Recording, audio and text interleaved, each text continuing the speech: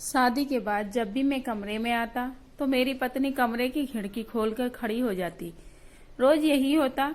आखिर एक दिन मैंने राधे राधे दोस्तों, कहानी अच्छी लगे तो वीडियो को लाइक शेयर और चैनल को सब्सक्राइब करना। मेरा नाम रमेश है।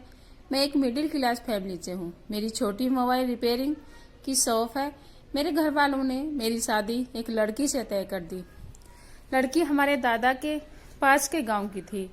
लड़की के माता पिता नहीं थे। उसे उसके मामा और मामी ने पालकर बड़ा किया था। घर वालों को लड़की पसंद आ गई थी। मैंने शुरुआत में टालने की कोशिश की। मुझे इस बात से थोड़ा ऐतराज था कि लड़की गांव की है, लेकिन मेरे घर वालों की आगे मेरी नहीं चली। मेरी शादी उसी से तो होना तय हो गई। शादी तय होने पर जब मैंने उससे बात की तो मुझे उसका स्वभाव पता चला।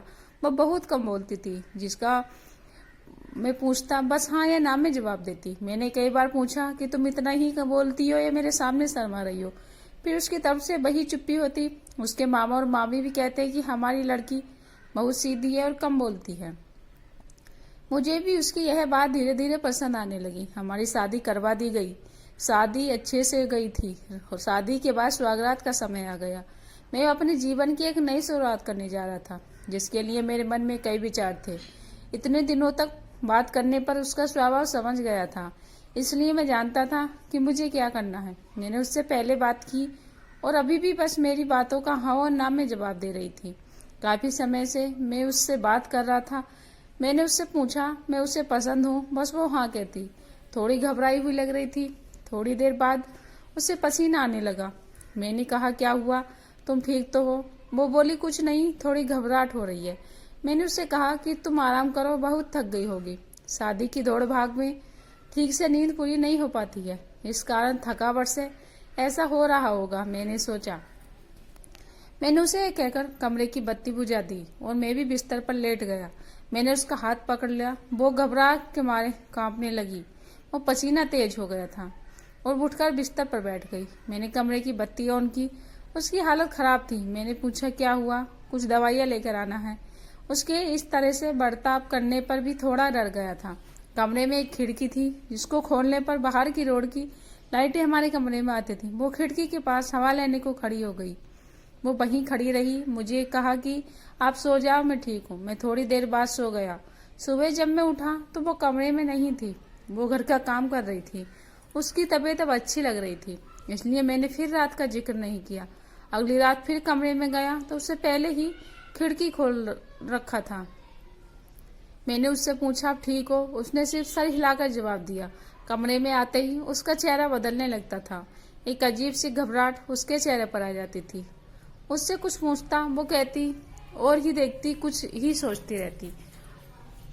उस रात मैंने भी कहा कि तुम्हारी तबीयत ठीक नहीं रही है, तुम आराम करो। मैंने फिर कमरे की बत्ती बुझाई और बेड की ओर आया तो उसने खिड़की खोल ली और उसके पास खड़ी हो गई।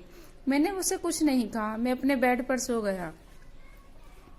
मुझे अब डर लगने लगा कि बस सब कुछ ठीक नहीं है, कुछ बात है जो ये छिपा रही है। रात में घबराने वाली लड़की सुबह ठीक लगती है। सुबह उसके चेहरे पर कोई घबराहट नहीं होती। शाम को 8 बजे मैं खाना खा रहा था। अंधेरा हो गया था। मम्मी ने उससे कहा कि छत पर से कपड़ा लाना भूल गई हूँ, तू ले आ। वो कपड़े लाने सीढ़ियों से छत पर गई, लेकिन करीब आधा घंटा हो गया और वो नीचे नहीं आई। मम्मी ने नीचे से आवाज भी लगाई, लेकिन वो नहीं आई। मेरे खाने के बाद मम्मी ने मुझसे कहा कि तू देख कर आ। मैं सीढ़ियों पर गया तो वो सीढ़ियों पर ही बैठी थी और उसके चेहरे पर वही घबराहट। मैंने सीढ़ियों की लाइट ऑन की। लाइट ऑन होते ही जैसे वो नींद से जाग गई हो। मैंने उससे पूछा कि तुम यहाँ क्यों बैठी हो? वो कुछ नहीं बोल पाई। उसके माथे पर रात जैसा ही पसीना था। वो वहां से चली गई। अब मैं समझ गया थी कि बात क्या है, लेकिन उसकी वजह मुझे नहीं मालूम थी। उस रात मैं कमरे में गया और जाते ही मैंने सबसे पहले अपने कमरे की खिड़की को बंद किया। वो वहीं कमरे में थी, रोज की तरह घबराई सी, पर आज मैंने कुछ और ही सोच रखा था। थोड़ी देर बाद मैंने कमरे की बत्ती बंद की और बत्ती बंद करके उसके पास गया। मैंने जैसे ही उसे हाथ लगाया, वो थोड़ा कांप रही थी। रोज की तरह पसीना छूटने लगा। अब मैंने उसका हाथ और जोर से पकड़ा, लेकिन उसका कांपना और पसीना बहाना चलता रहा। तब मैंने उससे कहा कि क्या हुआ, तुम ठीक तो हो?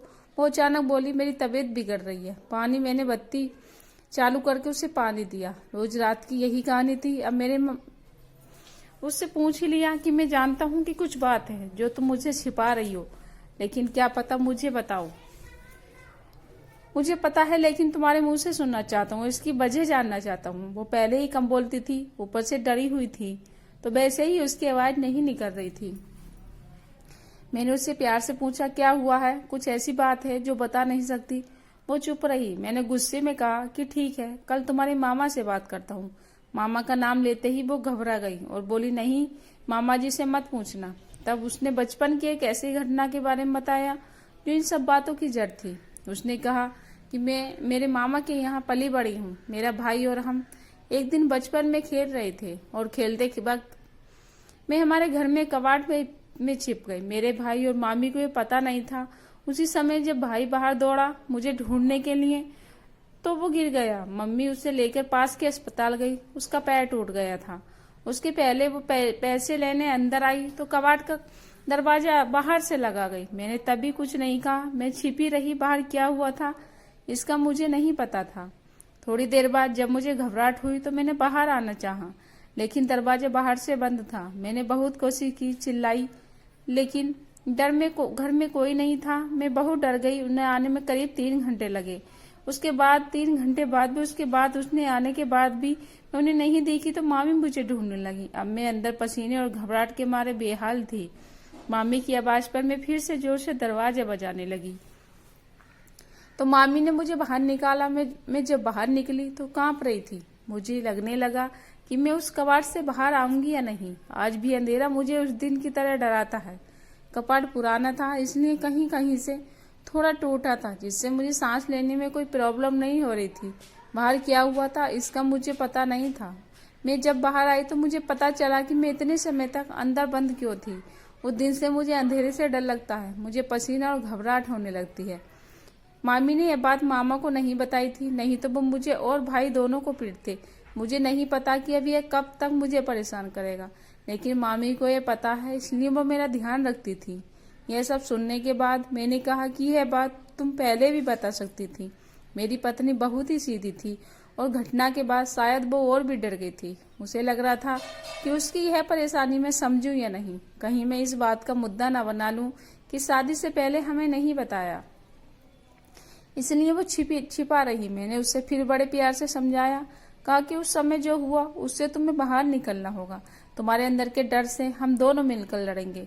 मुझे पता है यह सब बोलना आसान है, करना मुश्किल, लेकिन मुझे पता है तुम कर सकती हो। अब इस कमरे की बत्ती तब तक बंद नहीं होगी जब तक तुम उसे बंद ना करो, चाहे इसके लिए पूरी उम्र ही क्यों न लग जाए। मैंने पहली बार उसके चेहरे पर वो मुस्कान देखी थी। लग रहा था कि उसका कोई बोझ उतर गया। अंधेरा मेरे होते हुए डरा नहीं सकता। मैं उसका हाथ पकड़े रहता हूँ। धीरे धीरे मैं उसे इस डर को निकालने की कोशिश कर रहा हूँ और बहुत हद तक मैं सफल भी हो रहा हूँ। ऐसी कोई भी बात नहीं है जो हल नहीं हो सकती। व्यक्ति को सिर्फ प्यार और विश्वास चाहिए। बड़ी से बड़ी बात को सुलझाया जा सकता है।